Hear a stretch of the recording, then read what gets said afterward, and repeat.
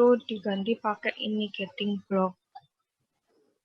Terus cara menulisnya sudut penyalaannya 45 sama dikasih ini sampai berapa sudut penyalaannya gitu.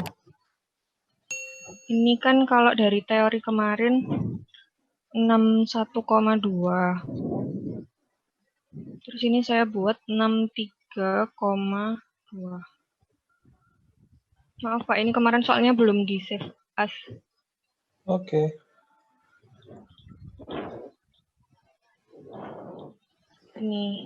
Terus kalau dari teori kemarin R-nya 100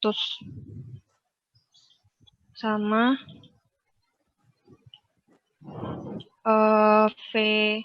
VS RMS-nya itu 120. Nah, yang ditaruh di trafo itu 169,70, yaitu dari 120 akar 2. Terus, salah. Name kit 1. Ini kenapa?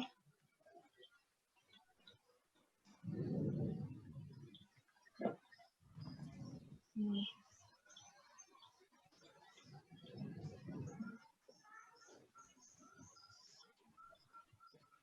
Ini mulainya terus jadinya kayak gini.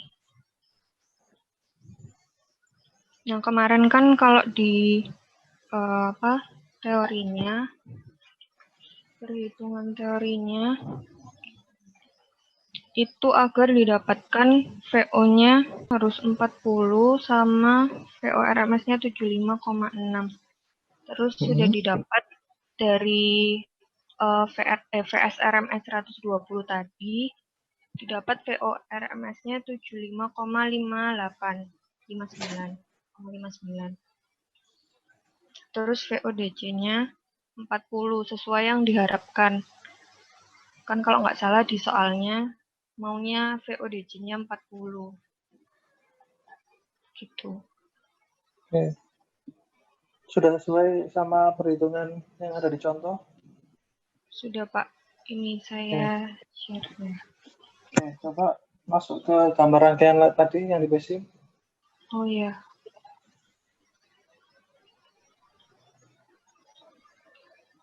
Ini Pak. Coba di getting block-nya dibuka.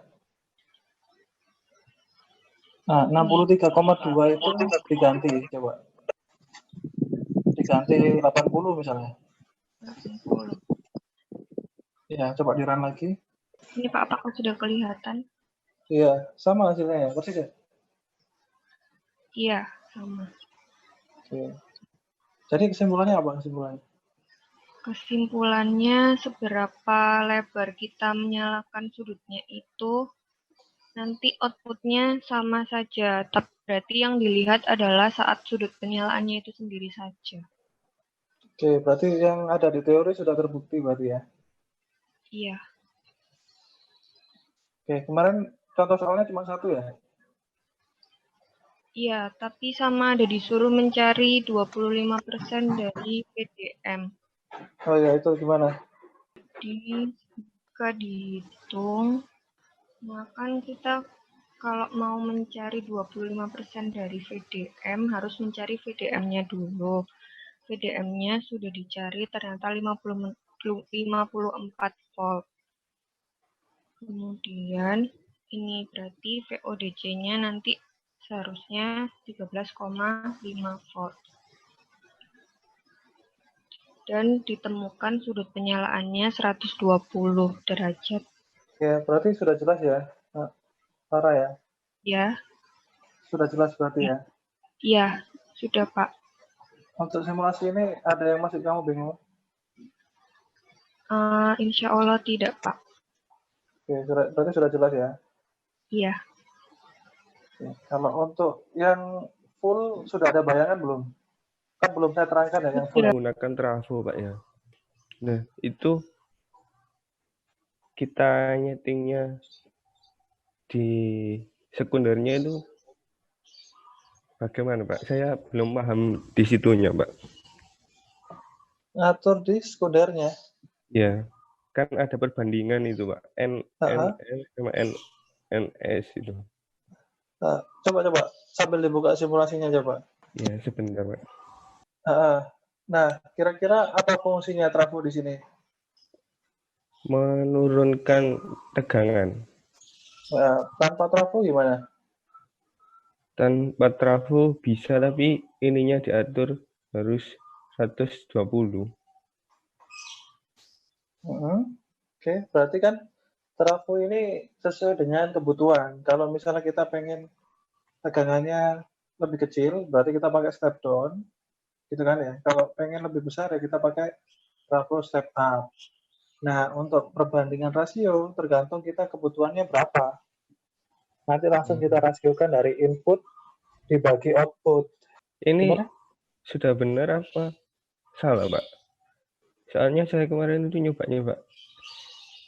Tak run gitu, terus tak lihat PS RMS-nya gitu. Kalau sudah pas, berarti sudah benar. Oke. Nah, kamu kan pakai primary-nya itu 220 kan? Iya, Terus tegangan AC-mu udah 20 kan? iya, ini saya asumsikan pakai tegangan jala-jala PLN 220 Oke. volt. Terus tegangan yang terukur di VS berapa? Ini 120 VRMS. Berarti sudah sesuai nggak dengan settingan trafonya? Iya, Pak, sesuai kalau Ah, perbandingannya segini. Berarti rasionya berapa banding berapa? Ngambil di input, maksudnya primer sama yang ini sekunder gitu, Pak. Jadi gini, kan untuk rumusnya trafo itu apa? Masih ingat nggak? V1 per V2 atau V in per V out, ya Iya, kan? iya, Pak. Sama dengan NP Sama dengan NP per NS sama dengan IS per IB. enggak, I-nya dibalik. Jadi VS atau V in per V out sama dengan NP per NS sama dengan I out per I in. Gitu kan? Iya, Pak. Nah, berarti kalau misalnya NP per NS sama VS per VO sama nggak? Sebanding nggak? Sebanding kan? Iya, sebanding.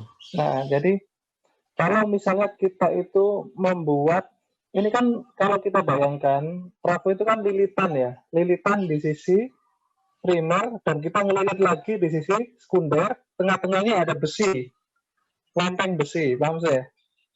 Iya, Pak. Nah, jadi kalau misalnya kita ngelilit pakai tangan biasa gitu ya, kita lilit 10 lilitan. Nah, terus di VO-nya atau di sekundernya kita kasih 20 lilitan gitu ya. Nah, berarti kan rasionya adalah 1:2. Iya. Nah, berarti V in akan setengah kali VO. Jadi VO-nya akan 2 kali lebih besar daripada V in. Ini. Nah, jadi itu otomatis dari jumlah lilitan yang berbanding lurus dengan tegangan. Nah, kalau secara teori kan begitu. Jadi ketika kamu merubah, ini saya rubah di NP dan NS-nya. Nah, terus yang berubah di sini kok seperti ini sesuai. Padahal yang saya rubah adalah NPNS, bukan V sekunder terhadap V primer. Nah, itu sama aja karena berbanding lurus. Kita merubah NP sama NS, otomatis itu merubah tegangannya. Berapa rasionya sesuai dengan perbandingan NP-NS-nya. Udah nggak? Iya, Pak. Paham. Kalau ada yang masih bingung, nggak apa ditanyakan. Ya, Paham tapi ya? sudah.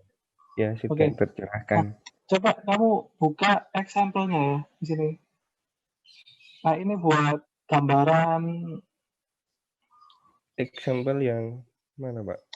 Ini nih, di open ini. Open. Belum pernah buka example lah. Belum. Open. Ini loh, yang gambar open ini loh di sini. Mana, Pak? Kiri, pojok kiri dekatnya file, edit, bawahnya edit. Ini. Oh, ini. Nah, itu open itu loh. Open. Ini di mana? Kamu File taruh di C. C. Ini instalan atau portable? apa? Kamu PC-nya install atau portable? Portable. Oh, berarti file PC-nya di mana? File portable-nya di mana? Kamu nyimpen portable PC-nya itu loh. Masternya PC. Nah, kalau di situ berarti install berarti. Oh iya, Pak. Install lah. Power SIM. Ketika aja B. Oh ini, Pak, ada. Oke, di double klik terus. Example.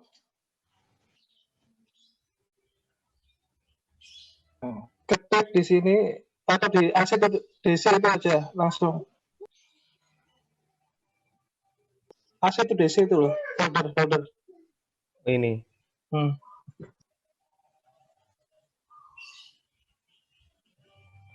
Ya, coba di situ ambil contoh rectifier PWM, rec PWM.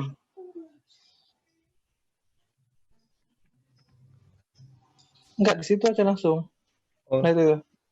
Kan di situ tadi ada pilihan itu loh, rec PWM, kiri. Nah itu. Ini loh, Pak. Klik.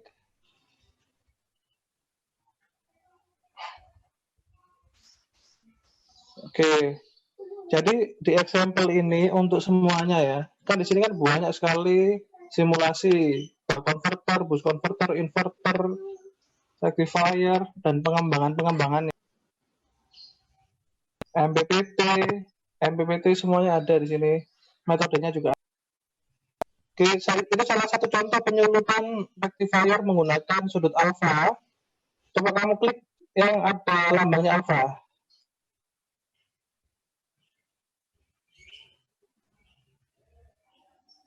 Ini, Pak. Ya, oke. Coba.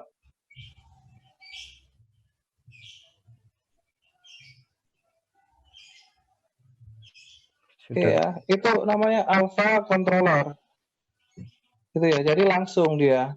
Jadi kan kita tadi kan menggunakan gating block kan. Iya.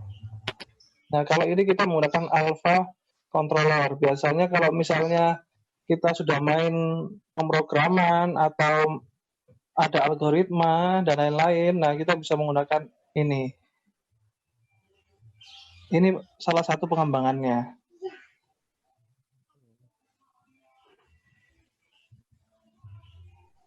Oke, ini coba contoh aja. Coba dibuka yang lain.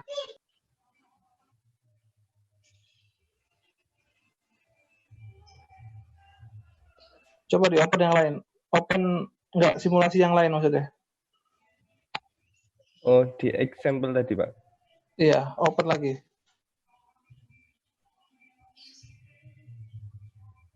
Nah, yang T-Restore 3 fase coba. Ini, Pak.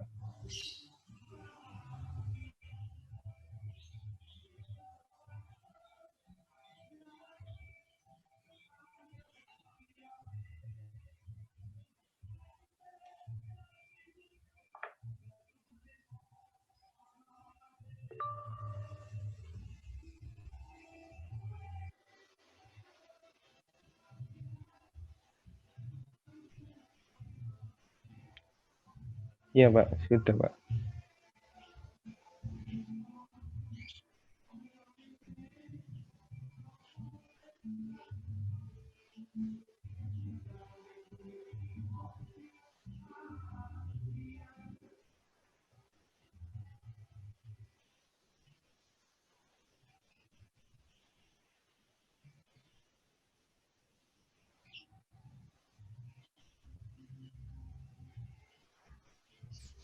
Ya, gimana tadi? Sudah ya? Iya, sudah, Pak. Nah, ini contohnya, coba kamu buka yang kotaan rectifier itu sudah isi 3 fase. Ini, Pak. Nah, itu SCR-nya. Nah, itu kan sudah ada.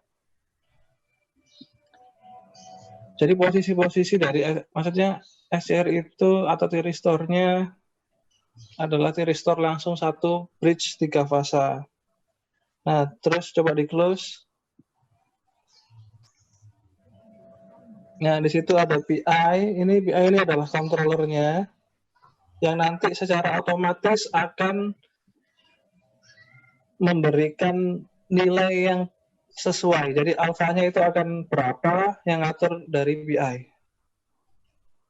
Nah, jadi nanti dia bisa dikatakan kita punya setting point berapapun ada perubahan di sisi input atau di sisi output, maka dia akan menyesuaikan harus sesuai dengan setting point. Setting pointnya mana?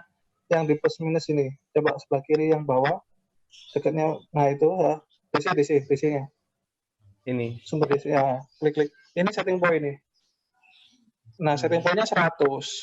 Nah, maka ketika ini kita running, outputnya akan dijaga selalu 100, berapapun perubahan beban dan berapapun perubahan input. Coba, di run aja, di run. Run.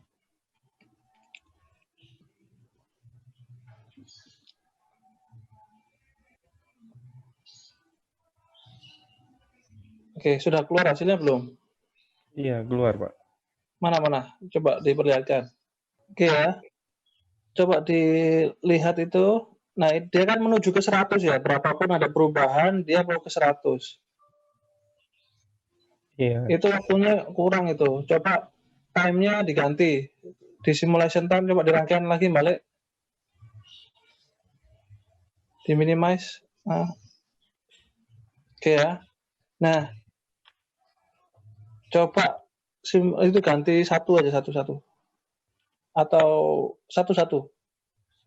Ya, oke. Coba run lagi. Oke ya, kelihatan ya kalau 100 ya. Kelihatan nggak? 100 volt ya? Iya, tapi ini naik turun. Iya. Jadi kondisinya itu dia tadi menstabilkan di 100 volt ini. Nah, coba kita lihat lagi rangkaiannya. Nah, coba dilihat sinyal step itu. Step. Kanan. Nah, itu. Nah, ini kan dari 0 ke 1. Nah, jadi dia itu intinya adalah dia mengganggu sistem ini. Nah, apakah dia mampu kembali ke 100? Nah, tadi kan dia kan sempat turun, terus naik lagi ke 100 kan? Iya, Pak. Nah, itu berarti dia itu seharusnya itu nggak 100, karena ada gangguan. Nah, ketika ada gangguan, dia mampu kembali ke 100 lagi. Jadi membuat constant voltage. Jadi tegangannya konstankan di nilai tertentu, bagaimanapun keadaannya, diganggu, atau ada perubahan beban, atau pada perubahan input. Sesuai dengan batasnya, gitu ya. Paham ya? Ini hanya gambaran aja, gambaran variasi dari 3 fasa, juga ada gambaran variasi dari 1 fasa. Nah, nanti kamu bisa, ya mungkin yang lainnya juga ya, jadi yang lainnya bisa nyoba-nyoba di example, di situ banyak sekali simulasi yang bagus-bagus ya. Jadi untuk TA, untuk yang lain-lain itu sangat bermanfaat. Bisa langsung di-run, langsung bisa kita analisa. Gitu ya, paham ya? Iya, Pak, paham, Pak. Iya, paham.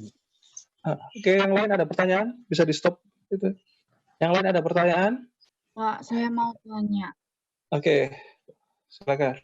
Kan itu kan sudutnya yang kalau misalnya dibuat lebih dari 120 itu gelombangnya kok jadinya beda tuh kenapa ya, Pak? Jadi full wave gitu, enggak triggernya tuh enggak berfungsi. Coba mana simulasimu. Saya benar, Pak. Kalau lewat simulasi kan bisa langsung kelihatan. Iya. Ini ya, share screen. Ya, ini zoom-nya kurang 4 menit nih. Oh iya. Kan diganti misalnya 220 gini ya. 220 kan nggak ada. Oh, memang nggak ada, Pak. Sampai 180 aja gitu. Oh iya, kan 1,5 lingkaran. Jadi fase positif atau fase negatif yang kita potong kan mentoknya 180. Gitu. Nah, kalau misalnya kita buat sampai 360 berarti 1 lingkaran penuh. Kan kan gelombang nggak mungkin ada satu lingkaran penuh. Oh, gitu. Paham ya? Nah, jadi hanya sampai 180. Nah, nanti lanjut lagi 0 kan 0 terus naik terus sampai 180 0 lagi. Terus baru langsung negatif 0 sampai 180 lagi. Terus langsung positif 0 sampai 180 begitu. Jadi kalau sudutnya 0 sama 120 semakin dia besar itu apa?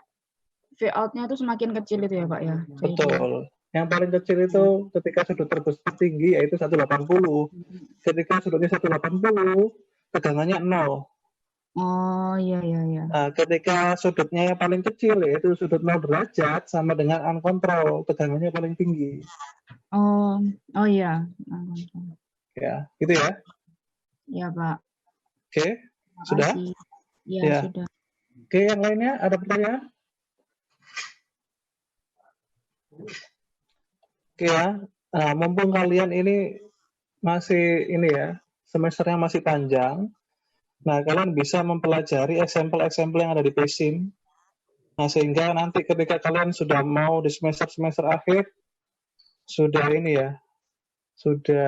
kesiapannya sudah banyak gitu, sudah banyak mempelajari sesuatu.